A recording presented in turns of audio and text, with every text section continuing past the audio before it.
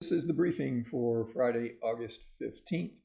In Tuesday's briefing, I talked about the fact that the indices were getting to a point of being overbought. And this is approximately right where they ended up the day, right here. This is the NYSE, and this is the NASDAQ. NASDAQ was at a point of being already overbought. And it suggested I suggested that the potential for some type of pause or rotation down was increasing at the more extreme that this indicator got in terms of being an overbought condition. And that's what happened basically is that the next day on Wednesday, we got a pause. And it was a typical pause that we see in the indices as markets run and pause in all degrees of time. So this is the pause that we got on Wednesday in the spiders. This is a 60-minute chart. This is the Qs on a 60-minute chart and the IWM on a 60-minute chart. So the question is, how long was that pause going to last? Well, it lasted into Thursday and it lasted into Friday. And you can see that it has now given us a rotational pattern for 3 days with a very clear upper extreme and a lower extreme.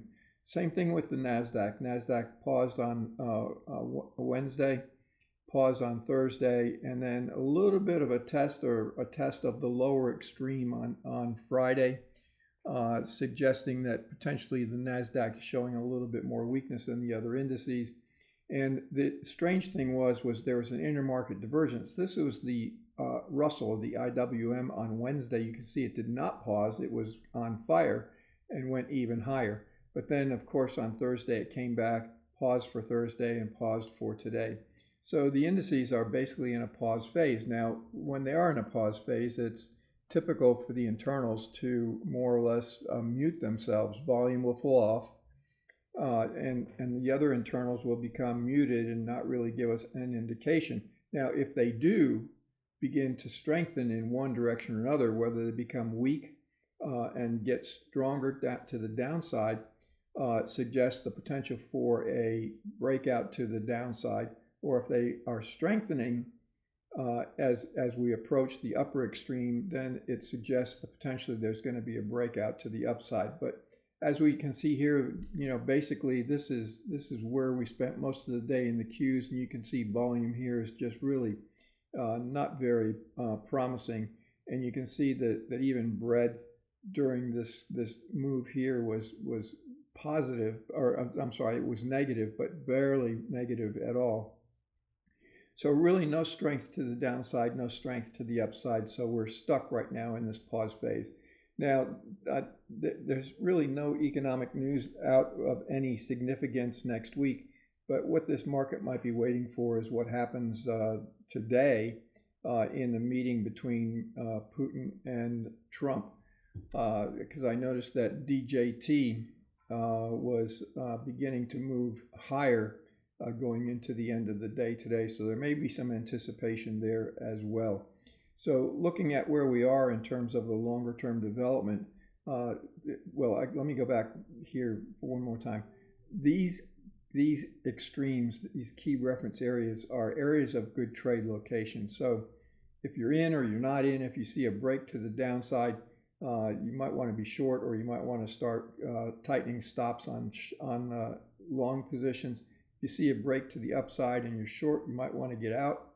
Or you might want to add to your long positions because when all stocks rise, it's that all boats rise together. So it would suggest, and I really feel like this rally is not quite through yet, especially since we're not seeing any strength to any of the downside moves, especially like this move in the Qs in today's trading.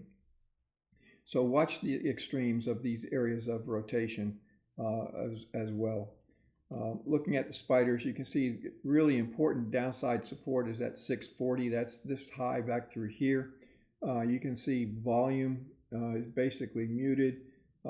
Breadth basically muted in the NYSE, and net volume was negative today, but not very rarely so considering the amount of shares that are traded on the NYSE. Same thing with the Qs. With the Qs, we're looking at about the 574 areas downside support. Looks like it tested it slightly in today's trading, a little bit of upward tick in volume and a little bit of upward tick in NASDAQ breadth, but really nothing to write home about. That would suggest there's a strengthening and we're going to see a breakout to the upside, at least not at this point in time. And of course, this 230 area is upside resistance to the IWM, and support, as you can see, for 2 days we've been rotating right around it at the 227 area.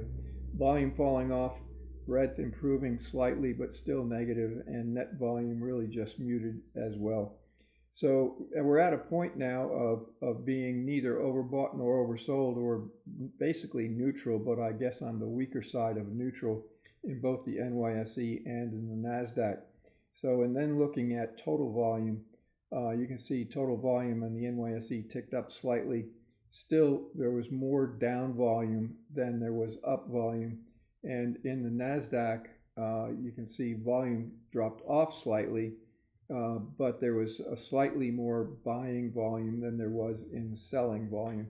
That's probably why when the Qs broke through this lower key reference area, there just was no impulsiveness there to the downside, so it ended up just spending the rotation, the rest of the day in rotation, just under this key reference area at the 578 area. So basically, we need to wait and see what happens when we get a breakout of these hourly short-term key reference areas, and certainly monitor the internals to be sure that they're supporting it.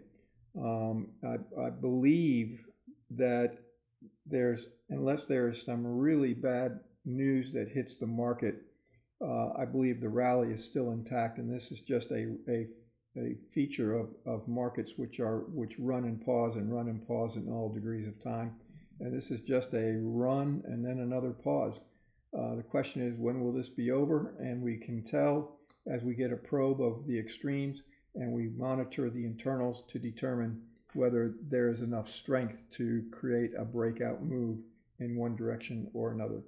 Have a great weekend, and I'll pick this back on Monday for subscribers.